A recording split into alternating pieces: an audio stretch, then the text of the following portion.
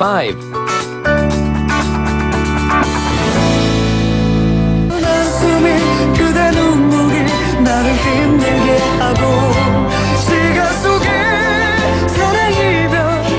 Tungkol sa fiancé mo, paano kayo nagkakilala? After college ba, naging kayo na agad?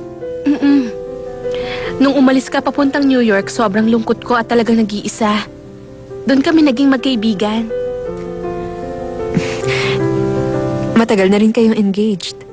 Ngayon lang siya nag-propose, diba? Masyado kasing mabilis ang engagement kaya hindi na siya nakapag-propose sa akin noon. Yung fiancé mo, minamadali niya ba yung kasal niyo? Tingin ko kasi pareho naming gusto. Nung nagkita ulit kami after ng 1 taon, natrap ako sa elevator at siyang nakasama ko doon. Alam mo namang claustrophobic ako, hindi ba? Sobrang dilim talaga at nasusuffocate na ako. Niyakap ako ni Aldwin nung nakita niya akong ganon. Hindi ko namalayan pero nawala bigla yung takot ko. Kaya ayun, doon ko naramdaman siya na ang gusto kong makasama habang buhay bilang asawa. Talaga? May intindihan mo rin ako kapag nagkita na kayong dalawang maya-maya.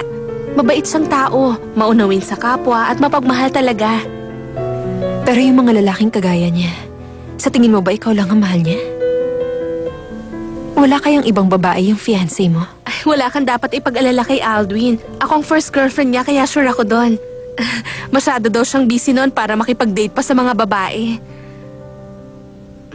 Ako lang ang babaeng na-date niya. At habang buhay na ako na lang din ang mamahalin niya.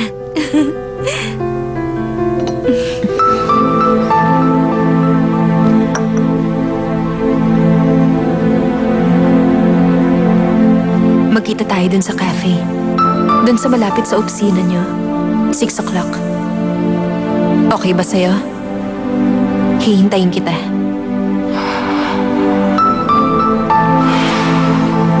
Yung boyfriend mo naman, inaalagaan ka ba niya, Marivic? Andrea, ang totoo kasi, para kasing may problema ngayon sa boyfriend ko. Problema? Sa tingin ko kasi, may tinatago siya sa aking fiancé. Ano? Dito ko nalaman ng totoo. May fiancé na siya noon pa, bago niya ako makilala. Ano? Ang sama naman niya. May pakakasalan na siya pero pinapaasa ka pa niya? Mahal niya raw ako.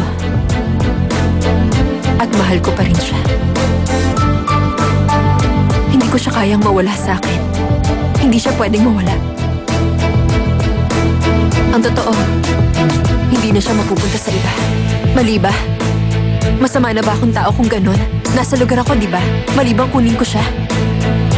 Marivic, Wala akong pakialam sa iba. Kahit maging masama ako. Ang gusto ko sa akin lang siya.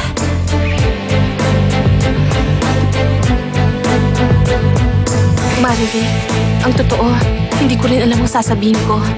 Ang alam ko lang, isa kang mabuting tao at hindi mo kailangang magbago. Maging matatag ka lang palagi. Kung totoo nga magpapakasal na siya, Marivic, masasaktan ka rin talaga.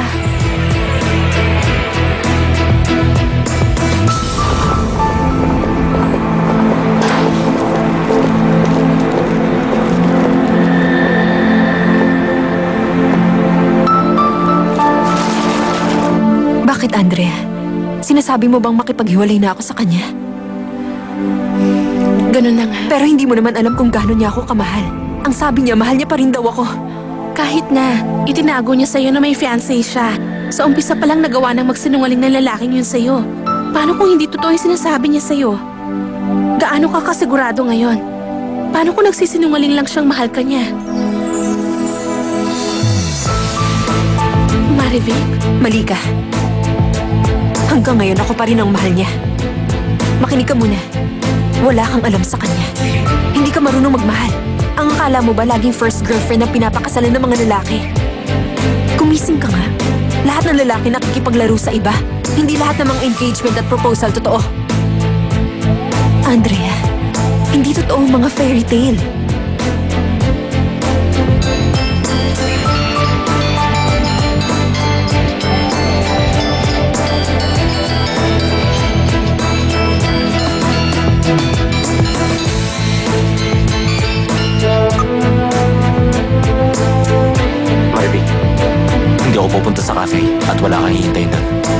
May importante akong lakad. Pero sandaling oras lang naman to. Please, yun lang ang hinihiling ko sa'yo. Mas importante sa akin ang lakad na to. Ang ibig sabihin, mas importante yan. Wala na ba akong halaga sa'yo? Kung ganon, may gusto akong itanong sa'yo. Yung totoo. Mahal mo ba ako?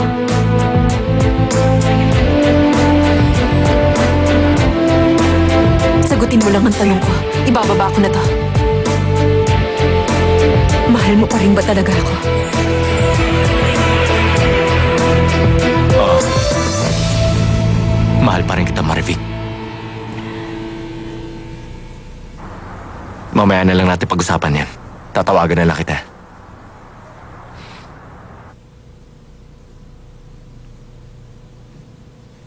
Siya ba yung tumawag?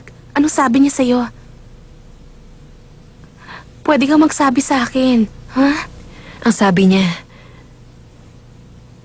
mahal niya pa rin daw ako. Makikipaghiwalay na siya. Iiwan na daw niya yung fiancé niya. Talaga? Magandang balita pala. Pero bakit malungkot ka pa rin? Kasi, nagulat lang ako. Andrea, masaya ka para sa akin? Gusto kong suportahan mo ako sa laban ko ngayon. Siyempre, nalulungkot ako para sa fiancé niya. Nakakapanghinayang. Kung para sa'yo naman, masaya ako sa naging desisyon niya. Salamat, Andrea. Ay, gusto ko na nga siyang makilala para maturuan ko na siya ng leksyon at huwag ka na niyang lokohin ulit. Dapat maging matapang ka minsan, Sige. Gagawin ko yan.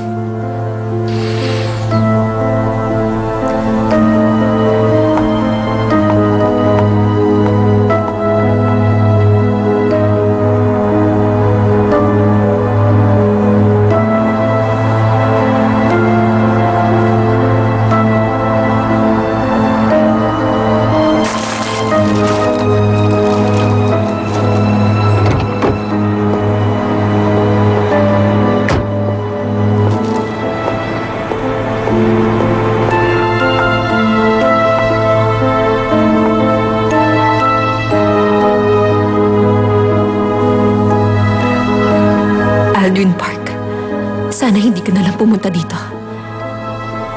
Umaasa akong hindi ka darating. Oo. Mahalaga sa akin ang lakad na to.